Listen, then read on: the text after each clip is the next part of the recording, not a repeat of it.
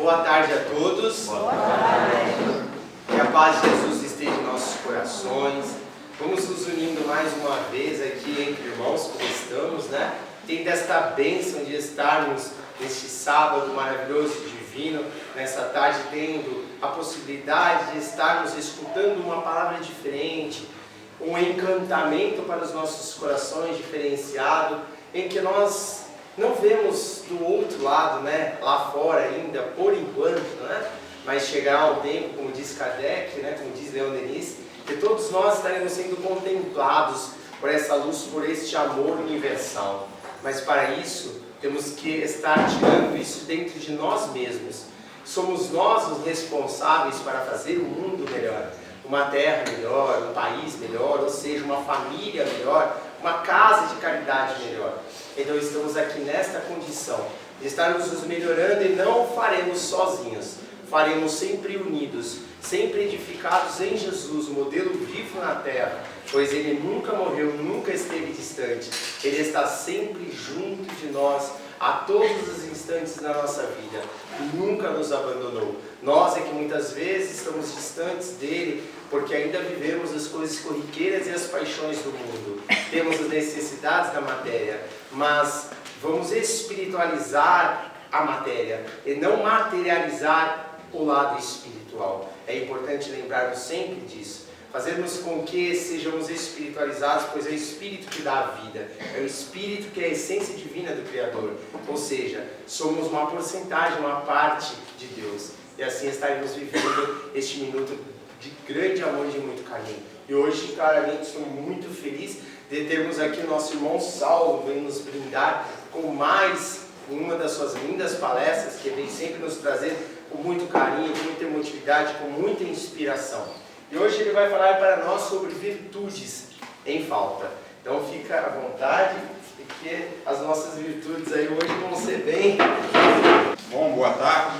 Boa tarde. É uma alegria imensa voltar a casa, ver vocês todos. Eu não sei porque vocês insistem que eu venha aqui, porque eu acabo atrapalhando a média da qualidade das palestras que vocês têm. Tanto é verdade que a casa hoje está vazia. Eu pensei até em pôr a culpa no frio, mas não posso. Então eu tenho que assumir. Vamos falar hoje, vamos comentar um pouco com vocês, vamos conversar, porque aqui se conversa. Palestra não é um ensinamento, mas é um convite para a reflexão daquilo que o palestrante pensa ou entende das suas leituras e de seus estudos. Então, estão todos convidados para me questionar muito, estudando, e a gente volta a falar. Então, isso é um convite para um estudo. Nós vamos falar de virtudes em falta. Existe uma plede muito grande de virtudes, não há uma única. Então, eu quero falar de algumas delas que eu selecionei, olhando o mundo atual e a nossa conjuntura que nós vivemos hoje, e que se estivesse presente no nosso dia a dia, o mundo seria outro. Nós teríamos um outro comportamento. E para começar a falar desse assunto, é importante começar definindo o conceito de virtude. Virtude é uma ação voluntária para o bem comum, desinteressadamente. Ou seja, nós temos que olhar para as nossas ações, entender que ela não é única e exclusivamente para nós, que ela é uma virtude boa para o todo, para o bem comum, mesmo que às vezes seja não a melhor escolha nossa, mas é a melhor escolha para o bem comum, sem interesse. Isso é uma virtude. Existem muitas virtudes. Virtudes são regras de bom viver, que nós utilizamos constantemente os nossos comportamentos ao longo da nossa vida, e são regras de bom viver por escolha nossa, não que são impostas a nós.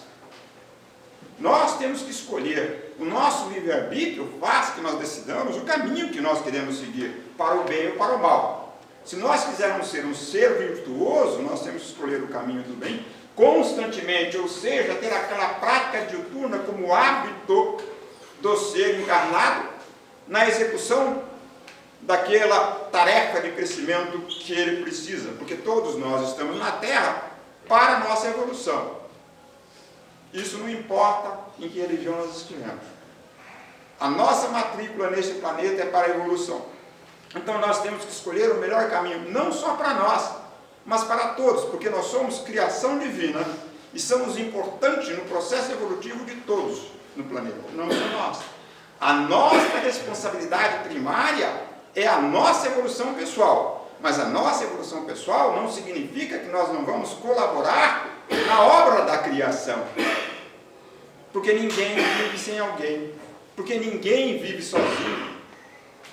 Nós não vivemos só para nós. Então, por isso, o homem virtuoso, aquele que trabalha em prol da sociedade e da comunidade como um todo, desinteressadamente, é um homem feliz, é um homem que todos gostariam de ser. Por isso que lá no Evangelho segundo o Espiritismo, né, tem um capítulo que chama Ser Perfeito, e dentro dele tem lá um item, comentário dos Espíritos, que chama-se o homem de bem. E ele começa assim, lindo. O homem de bem é aquele que pratica a lei de justiça, amor e caridade na sua maior pureza. Se consulta sua consciência, vai ver que nunca deixou nenhuma oportunidade de fazer o bem ao seu semelhante. Será que nós somos assim? Nós somos. Dá para começar, dá para entender o que é um homem de bem com esses conceitos iniciais? Ora, se nós queremos ser virtuosos, nós teremos que passar por ser um homem de bem. Não dá para chegar à virtude sem ser um homem de bem. Por quê?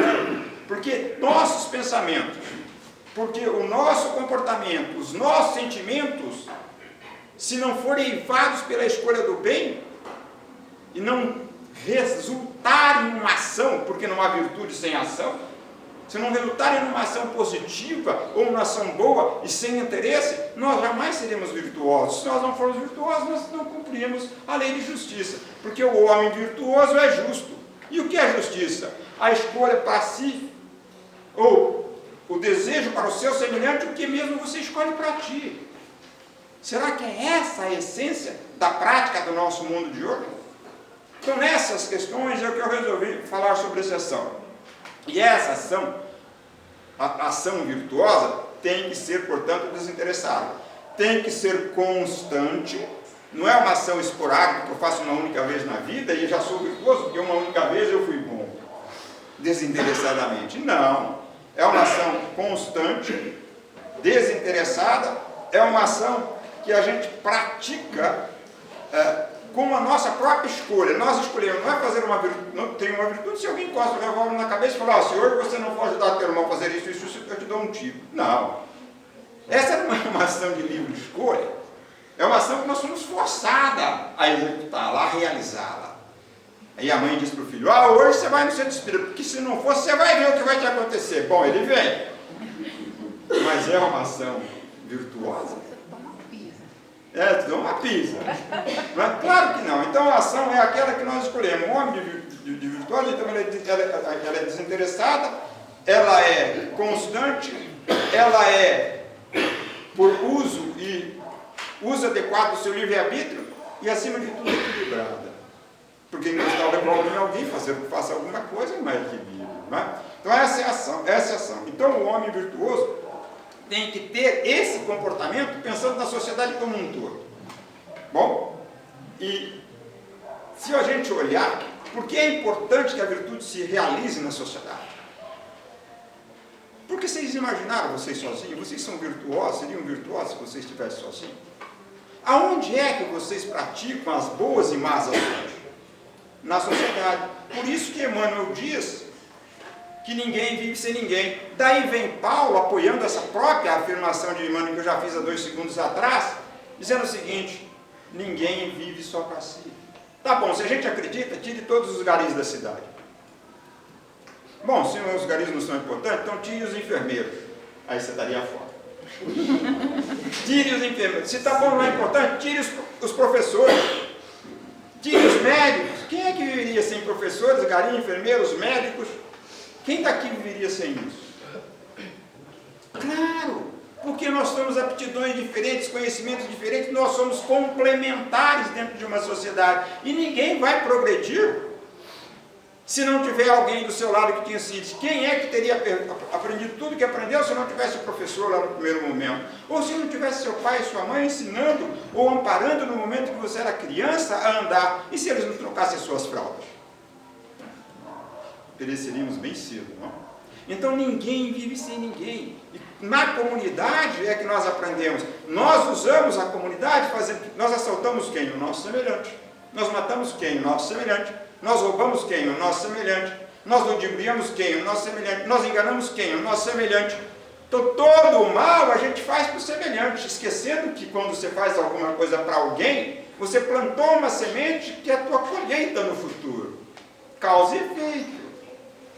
Mas não são só as coisas ruins, os ciúmes que você tem do seu semelhante, que ocorrem em nossas vidas. Mas, quando nós praticamos a tolerância, nós praticamos aonde?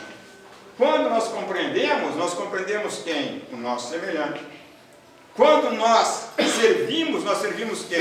O nosso semelhante. Quando nós perdoamos quem? O nosso semelhante. Agora, tira o nosso semelhante, como é que seria a nossa evolução? Tanto para o lado positivo, quanto para o lado negativo, é na sociedade que nós crescemos.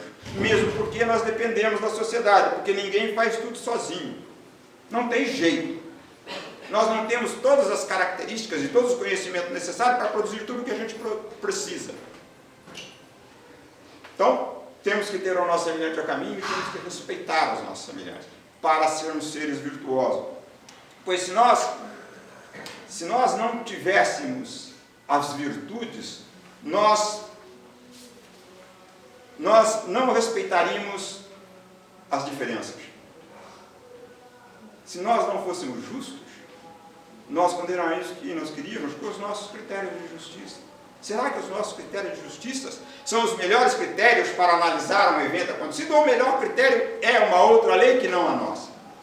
Será que nós conseguiríamos, numa demanda, numa contenda, por qualquer coisa material, ser justo com o nosso semelhante? Ou nós quereríamos, em alguma circunstância, para tirar uma vantagem, ludibriá-lo, ou não confessar algo mal feito no passado, para que nós levássemos uma vantagem individual? O mundo é assim. Por isso que diz lá aquele jogador de bola, o Gerson, né? Levar vantagem em tudo. Nós somos assim. Gerson era um jogador de futebol muito bom, jogava no Botafogo, depois jogou no São Paulo, foi para a seleção brasileira, foi o capitão da seleção brasileira do ano de 70, não é isso? Era um canhotinho, não é? Então, era muito bom de bola, mas com as ideias fortes. Na bola ele chutava reta, no pensamento ele chutava em curva, fora. Mas nós somos assim. Aquilo que aparece que não é essência, nós somos bons. Aquilo que não aparece e que também é essência, nós somos ruins. Por quê? Porque nós moramos num planeta de prova e expiação. Então, quando a gente não tem ainda as virtudes, obviamente que nós não vamos respeitar as diferenças. Nós não vamos respeitar as diversidades. E aí o mundo fica muito mais complicado. Porque nós não conseguimos ter paciência com os nossos semelhantes que pensam diferente da gente. Então essa é a introdução do que é virtude. Vamos falar da primeira dela.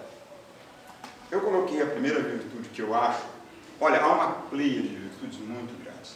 Eu só peguei algumas porque eu estava olhando para a nossa sociedade e vendo como eu me comportava. Não é? E aí eu listei aqui tudo que eu faço de errado, tudo que eu tenho que fazer, que eu não consegui ainda. E aí eu disse, bom, eu vou repartir para o pessoal, pelo menos se eles são melhores do que eu, ele vai, isso aí o Saulo aqui está andando no caminho torto, como ele sempre andou. Vai precisar melhorar, ele já tem consciência de que precisa. Então, por isso, a primeira das virtudes que eu listei foi a humildade. Pessoal, o que é a humildade? É o reconhecimento da nossa pequenez perante o universo. Será que nós somos tão importantes assim, que nós inflamos o nosso eu com tanto orgulho, que nós somos a coisa única que existe no universo? Aí, para chegar a essa conclusão de que nós não somos, eu falei, bom, o que é o universo? Quantos planetas ou quantas galáxias, vamos pegar galáxias, né, porque galáxias são de vários planetas, quantas galáxias compõem o universo? Segundo a ciência, segundo o pessoal que estuda o assunto e do telescópio Hubble, nós temos aproximadamente, mais conhecido, 2 trilhões de galáxias. Caramba, o que é essa? 2 trilhões. O que é 2 trilhões? É o 2 com 12 zeros seguindo depois. Se os 12 zeros fossem na frente, não era nada, mas o 2 com 12 zeros seguindo depois, você já imaginou se vocês ganhassem na loteria 2 trilhões? Não dá para saber o que é isso. Mas esse mundo, pessoal, tem 2 trilhões de galáxias. Ah, tá bom, tem uma que nós moramos, que é a Via Láctea. Aí pergunta-se, tá bom, e quantos planetas tem nas Via Lácteas? Se estima que tem de 250 bilhões a 400 bilhões de planetas na Via Láctea. Caramba! Mas tem um sistema que nós moramos nele, é o Sistema Solar. Ah, quantos planetas tem no Sistema Solar? Planetas grandes são 8, menores são 5, são 13 planetas. Mas tem várias centenas de planetas anões que não está nessa conta. E um desses planetas que está no Sistema Solar é a moradia nossa, é a Terra. Ah, é o maior planeta, Sol? Não. O maior planeta do Sistema Solar é o Sol. Tem 1.392.000 metros quadrados de diâmetro. É 109 vezes maior que a Terra. Quanto que você disse? 109. Ah, então a Terra é o segundo? Não, Júpiter é o segundo. Tem 11 vezes o tamanho da Terra. Olha, vai vendo o tamanho que nós moramos, hein? Olha o tamanho da nossa casa. Aí você não vai ver lá. Tudo isso é. E mais, nesse planeta chamado Terra tem 9 milhões de vidas, de seres vivos. 9 milhões de seres vivos, diferentes um do outro. Ah, e um deles é o homem, umzinho. E olha, vou contar uma novidade para vocês. Tem 8 bilhões de habitantes no planeta, e sabe o que vocês são? Ah, que importante. Como nós somos relevantes nesse universo. Poxa, o cara humilde, ele tem que conhecer, reconhecer a sua pequenez no universo. Será que nós reconhecemos isso? Eu tenho um amigo, professor da PUC, de vez em quando eu converso com ele, ele gosta muito dessa história, só que ele é muito mais complexo em contar essa história do que eu. Aí no final ele falou, sabe, Saulo, quando alguém chega e fala assim para você, você sabe com quem você está falando? Sabe o que ele diz? Você tem um tempinho aí para te contar uma história? E vai contar essa história que eu acabei de falar. Porque nós somos cisco. Por isso que o Chico dizia, eu sou um cisco. Eu sou Cisco Xavier, ele falava assim de vez em quando. Aliás, ele pegou um livro que ele autografou para mim e escreveu, ao Saulo Cisco Xavier. Então veja, se ele é um cisco, que somos nós. Então, mas o homem tem que conhecer sua limitação, sim. Mas ele tem que entender do que ele é capaz. Nós não somos capazes de tudo, mas já somos capazes de fazer muitas coisas no nosso estado evolutivo atual. Este é um planeta de prova e expiação.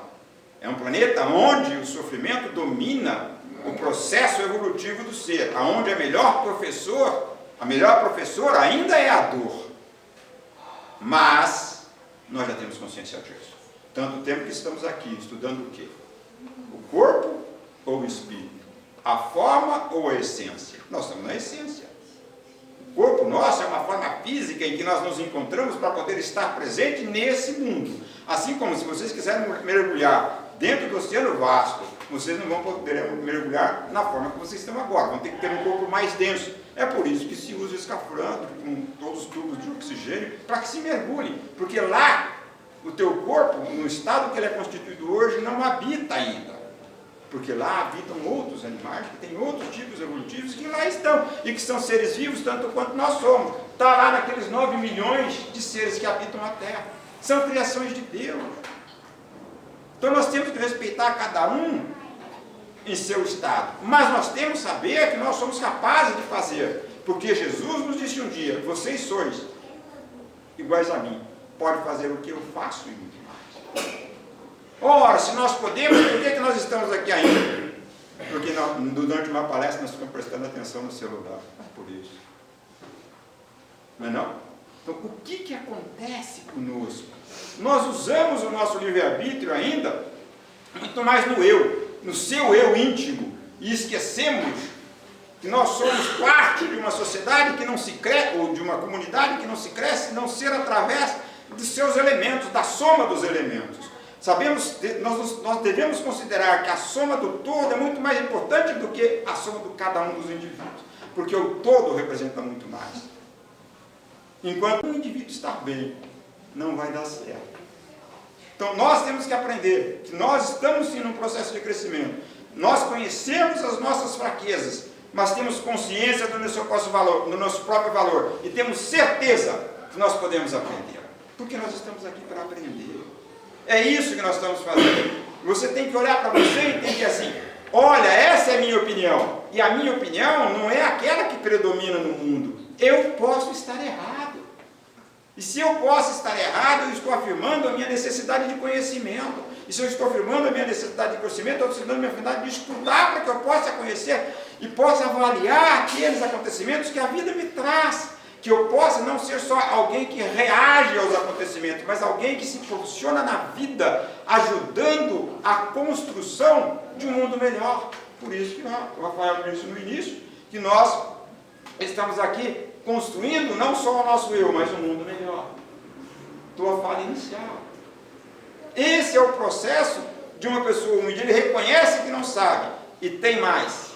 Ele ama muito mais a verdade do que a si próprio. Isso é duro, né? Por quê? Porque nós somos tão orgulhosos e mesmo estando errados, mesmo nós temos consciência de que nós estamos errados, nós continuamos peremptoriamente afirmando que nós estamos certos. Não é assim? Quantas e quantas vezes vocês fragaram vocês mesmos, eu mesmo, ao longo da caminhada, sou assim. Por quê? Porque nós amamos mais o ter do que o ser. Porque nós amamos muito mais a matéria e as prováveis felicidades que a matéria nos traz, do que amamos ao nosso crescimento, a nossa evolução do nosso espírito. Porque o que habita em mim é a essência, e não o meu corpo. E nós nos ficamos felizes com a materialidade que o mundo está. Porque nós somos assim. Portanto, ainda nós não temos a circunstância de sermos alguém que nesse momento é alguém que é humilde. Aquele que diz eu sou humilde, está negando a própria humildade, porque ele é orgulhoso para dizer, olha, eu sou humilde. É arrogante, não é? Então, quando a gente olha tudo isso, a gente vê o caminho. Mas essa é uma delas. Aí eu listei outra. A tolerância. Essa é boa para o mundo atual. Se a gente olhar para a tolerância, o que é tolerância? É o respeito, é a aceitação e valorização das diversidades das culturas existentes no planeta. É o respeito, a aceitação e valorização das diversas culturas que existem no mundo. A nossa cultura é igualzinha à cultura do muçulmano, pessoal? Não. Nós temos que respeitá-las, aceitá-las, compreendê-las. Temos que tolerá-las. Porque essa é a tolerância. É o aceite que as pessoas são diferentes umas das outras. Que elas podem contribuir de forma diferente. Que o nosso modo de ver não é o único. Porque se vocês quiserem, eu sempre brinco com isso, se vocês quiserem ir para Santos, agora nós vamos falar Praia Grande. A Márcia está morando em Praia Grande. Se vocês quiserem ir para Praia Grande, existem vários caminhos, não existe?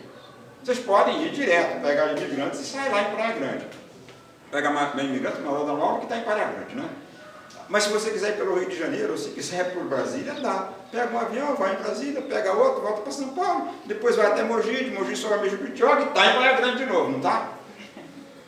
Sabe, pessoal, será que não é questão de opção? Que vai demorar mais ou menos tempo, mas todos vamos chegar à Praia Grande e vamos visitar mais. Preparem lá vocês em casa que nós vamos lá. Será que a gente consegue compreender que ele está numa circunstância diferente da nossa e que precisa caminhar um pouco mais do que nós para chegar ao mesmo local? Ou vocês acham que a gente chega em um local de uma hora para outra em 5 minutos? Tá bom, como é que foi Emmanuel? Vamos perguntar como é que foi Emmanuel? Emmanuel foi quem? Públio Lentulus na época de Jesus. Ele era um senador romano, orgulhoso, arrogante. Era o homem da lei, fazia a lei. 1500 anos depois, olha, não é uma encarnação não, pessoal. 1500 anos depois, estou falando de Emmanuel, hein? 1500 anos depois, Manuel da Nóbrega, Brasil. Criador da cidade de São Paulo. E por que São Paulo chama São Paulo? Porque ele adorava Paulo, por isso São Paulo. Esse decorre o nome de São Paulo. Emmanuel veio aqui se instalou como Manuel da Nóbrega e pela primeira vez ele foi um grande servidor de Cristo. Emmanuel levou 1500 anos. Quantos anos você acha que nós vamos levar? Boa pergunta. Vocês já puseram isso no papel? Ora, se nós adquirirmos as virtudes, nós vamos levar.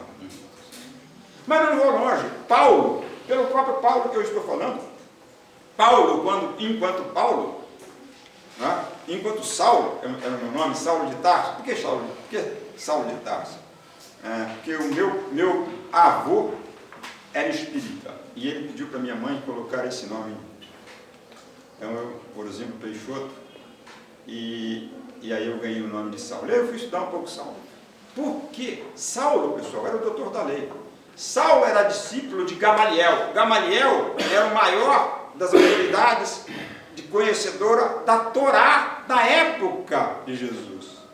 Saulo seria o substituto de Gamaliel. Ele era um homem radical, ele era um homem difícil, ele era polarizador. Saulo não vacilava para fazer com que a lei judaica fosse obedecida em tirar a vida de seu semelhante, como tirou de Estevão. Quem leu Paulo e Estevão vai ver que, apesar de todos os pedidos de Abigail, a irmã de Estevão, ele mesmo assim não titubeou em apedrejar Estevão. Será Paulo? Paulo, quando foi para Damasco, no caminho encontrou Jesus. Jesus o procurou. E Jesus disse a Paulo, naquela conversa que todos conhecem: Paulo, Saulo, Saulo, por que me persegue?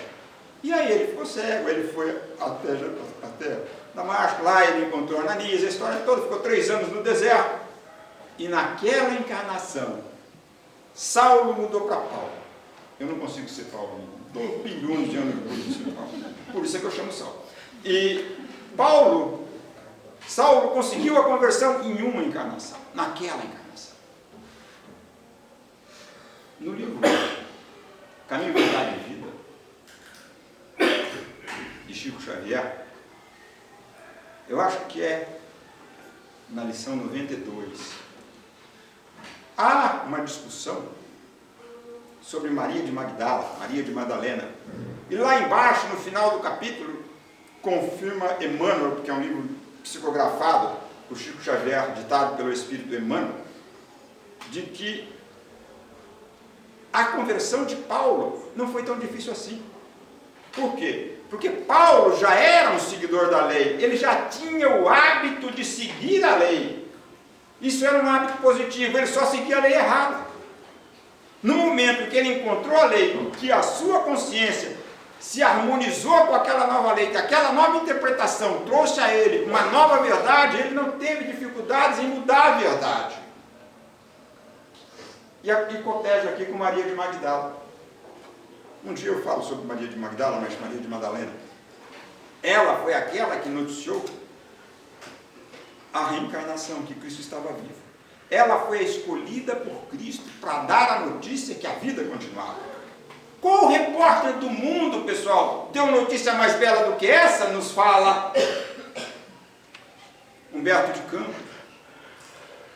Ninguém pode ter dado uma notícia melhor que essa, que a vida continua. Agora, Madalena era o quê? Uma cortesã de luxo. Madalena vivia de vícios. Vivia de vícios, de influência no seu semelhante, de trapaças na tua vida. Madalena gostava da vida sensual, mas quando ela encontrou Cristo, ela mudou completamente. Completamente. Não era aquele amor que ela procurava, ela mudou. Ela mudou porque ela conseguiu compreender o novo ensinamento. E a partir daí, ela cresceu. E por isso que Emmanuel conclui: Madalena foi quem mais se violentou para seguir Jesus, porque ela jogou tudo fora e começou de novo. Paulo não, já sabia o caminho, ele só estava no caminho errado. Então nós temos que começar a olhar os nossos comportamentos e entendermos que cada um está no seu estágio evolutivo, com as suas necessidades evolutivas, com a sua compreensão, e que nós só vamos fazer a paz se nós entendermos que o mundo não é a nossa única visão. Quantos e quantos ensinam, quantos e quantos condenam Madalena? Quantos e quantos condenam Saulo? Entretanto, ambos foram fundamentais para a notícia dos ensinamentos de Jesus. E Madalena foi escolhida porque ela foi, segundo Cristo, para dar a notícia de que a vida continua, porque ela tinha sido o maior de todos os sacrifícios e ela era um exemplo digno de ser por ele citado no processo de evolução de todos nós, porque o seu processo de conversão era um evento magnífico que daria anos e anos afora, séculos e séculos adiante, milênios e milênios adiante, dado o sacrifício que ela fez para aceitar. Nós não toleramos quando alguém diz alguma coisa para nós, um único não. Como é que nós vamos aceitar Madalena? Ou nós não aceitamos Madalena? Como é que nós vamos aceitar Paulo, que tirava a vida de seu semelhante, ou nós não aceitamos Paulo? Pessoal, se não houver a tolerância, nós não formamos uma cultura de paz. Porque a paz só acontece com a tolerância. Sem a tolerância, não há paz. Não é possível a gente não tolerar e viver em paz. E por que é que nós temos guerras atrás de guerras? Por causa da intolerância. Pegue os nossos irmãos judeus e os nossos irmãos muçulmanos, sejam eles do ramo, seja de quem for, na atual guerra. O que é isso? É uma intolerância de diferenças religiosas, que vem desde 1948. Todo mundo fala que é 6 mil anos. Não. Judeus e árabes se deram muito bem durante muitos anos. Agora, quando criou-se, os judeus se espalharam pelo mundo. Isso é história. Não importa. Então, só realmente começou a ficar muito mais difícil quando criou-se o Estado judaico, em 1948. Né? Quando terminou a guerra, 45. Começou a discussão, 48 criou também o Estado palestino, mas não foi para frente, só foi o Estado judaico. E aí os judeus disseram, não, Jerusalém é minha capital.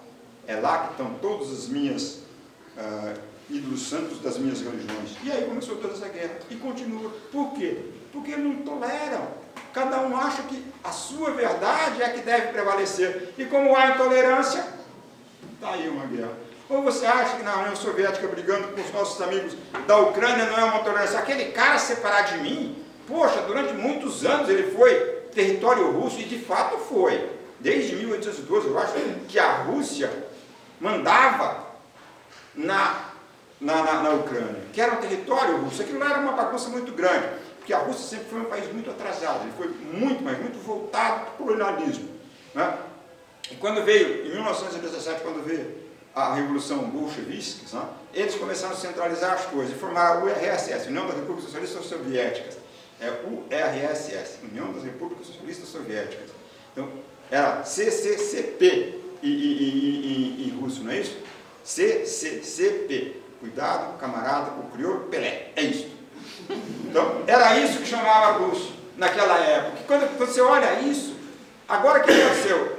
Quando houve a liberdade, que é uma lei natural, daqueles nossos irmãos que moram lá, eles chegaram a um momento, não, aquele país nos pertence. Pela intolerância de ver o seu povo ter liberdade, ou de ver outros povos ter liberdade. Não adianta, a gente tem que tomar muito cuidado com as nossas intolerâncias, porque sem ela, sem a tolerância, não existe democracia. Pega na casa de vocês, se vocês têm um cara de direita e um cara de esquerda na casa de vocês, não conversam. Olha aí, pessoal, mas pode ter um palmeirense e um corintiano, também é difícil de conversar. Por quê? Porque nós não toleramos. E a tolerância é natural do processo evolutivo de cada um de nós. Se nós não tivermos a tolerância, pessoal, nós não vamos ter uma vida social. Sem a tolerância, a vida social é impossível. A outra que eu gostaria de falar um pouco é da obediência. O que é a obediência? É a aceitação consciente e voluntária aos princípios morais que regem o universo.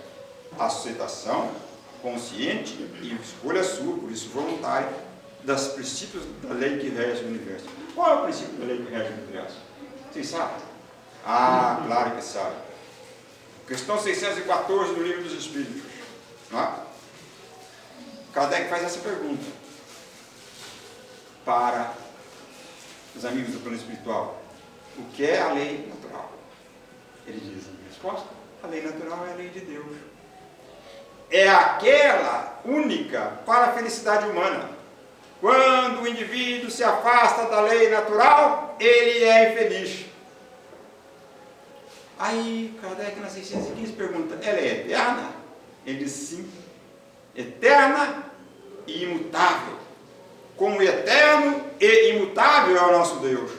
Ora, então nós devemos obediência ao quê? À lei divina, à lei natural. Quem de nós obedece à lei natural? Quem de nós tem consciência de estudar quais são as leis naturais, sejam elas da física, da química, da quântica, do que for? Mas mais importante, as leis morais, que é muito mais importante do que todas essas leis. Não que as outras não sejam, porque sem o conhecimento dessas outras leis você não chega ao processo evolutivo que ela é necessário. Então, sem a gente conhecer as leis naturais, nós não vamos praticá-la. Quem é que conhece bem todas as leis morais? Né?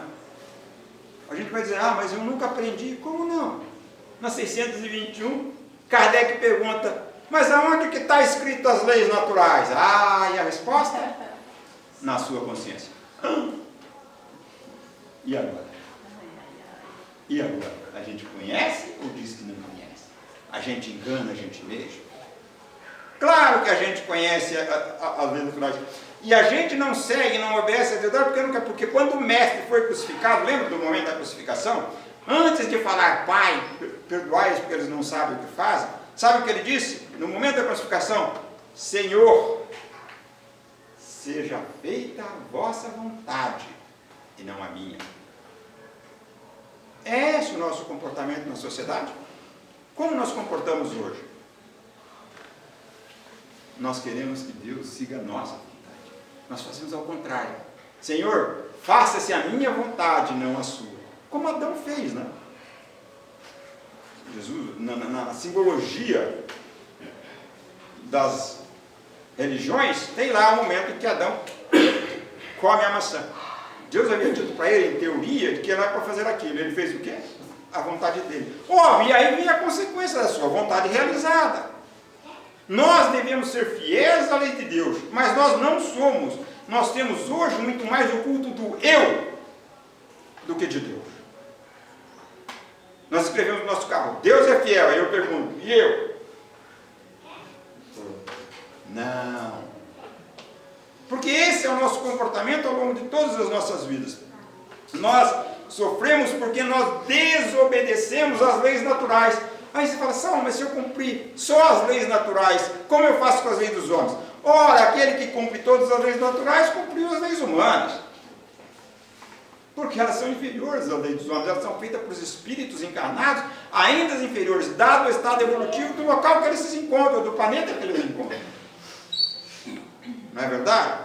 Então, isso é uma grande verdade. Nós temos que seguir o ensinamento de Jesus. À medida que nós seguimos, nós estamos no caminho da felicidade. Outra virtude. Eu tenho quanto? 10 minutos?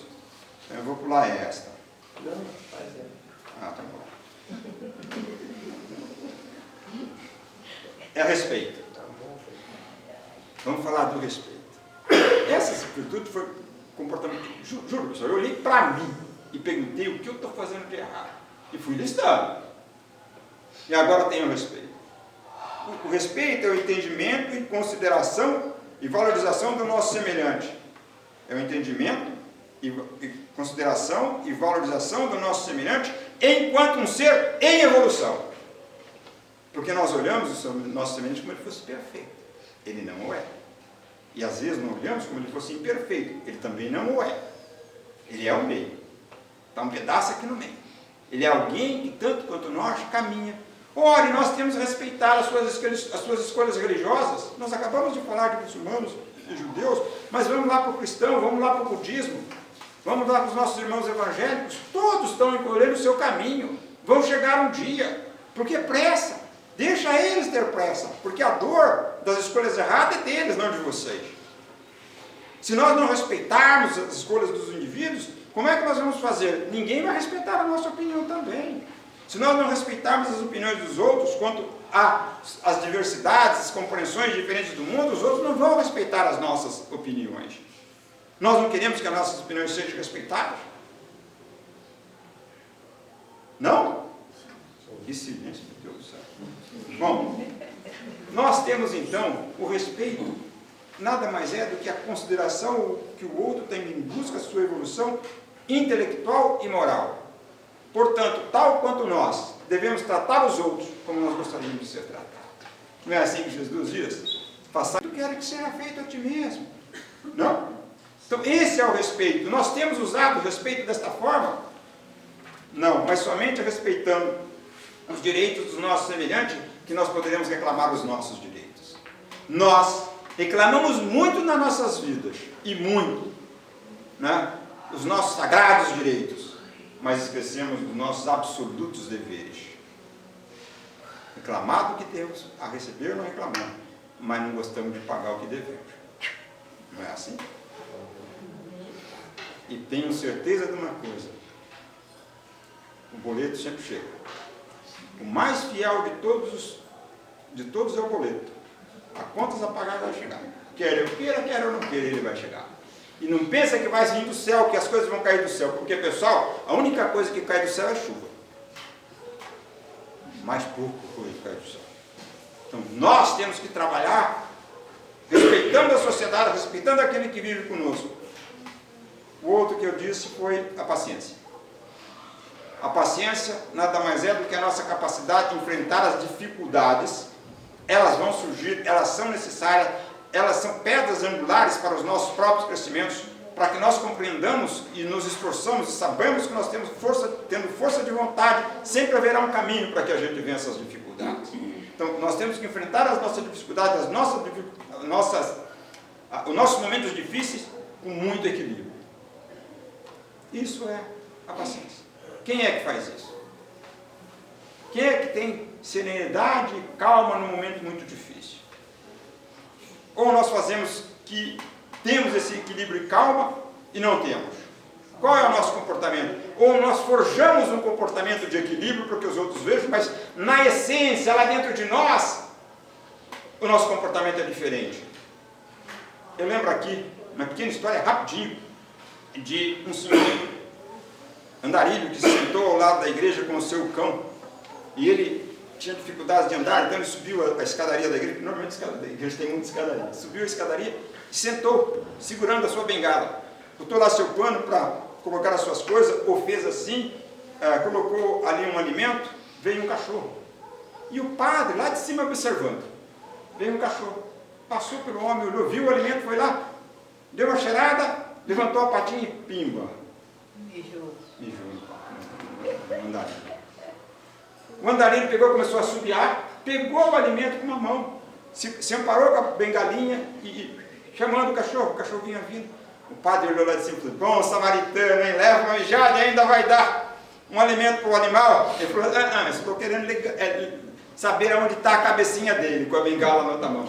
Por quê? Porque a intenção nossa é essa, é sempre destruir o seu semelhante, de sempre passar, sempre levar vantagem, sempre vingar aquilo que a gente acha que nós fomos ludibriados, aquilo que nós fomos passados para trás, fomos enganados.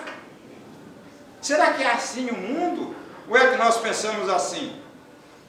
A gente tem que lembrar que a gente tem que ter paciência, mesmo depois da gente ter feito tudo o que a gente precisava fazer para resolver aquela circunstância ou aquele problema. A gente tem que lembrar que janeiro a janeiro, o ano vem novamente, em todas as suas estações, pedindo recomeçar. Do pior que seja a situação, amanhã é um novo dia, o sol vai estar aí, para bons ou ruins, o vento estará aí, podemos tirar do ar a quantidade que precisamos para nos respirarmos, para mantermos vivos nesse corpo. E nós continuamos a não ter paciência com alguém que comete um erro nosso, que nós sabemos que está num processo evolutivo tanto quanto eu, e que eu cometi muitos erros para com eles em algum momento também. Se a gente quer vencer na vida, nós temos que ter a paciência, porque a paciência, na verdade, é a base de tudo. Sem paciência, a gente não evolui. Paciência está na base de todas as boas obras. É simples perceber. Se você tem um sonho, mas não tem paciência de construí-lo, não vai sair. Se você quer estudar, ou quer aprender, mas não tem paciência de estudar, não vai conseguir.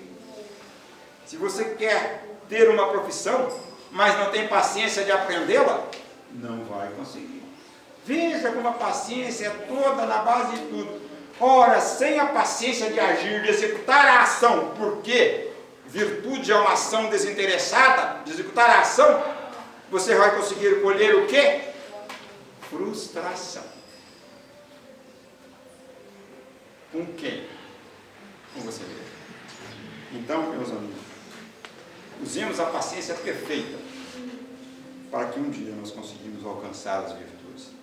Boa tarde, muito obrigado por tudo e desculpa aí a minha intolerância para com vocês. Ok? A gente se vê no próximo dia.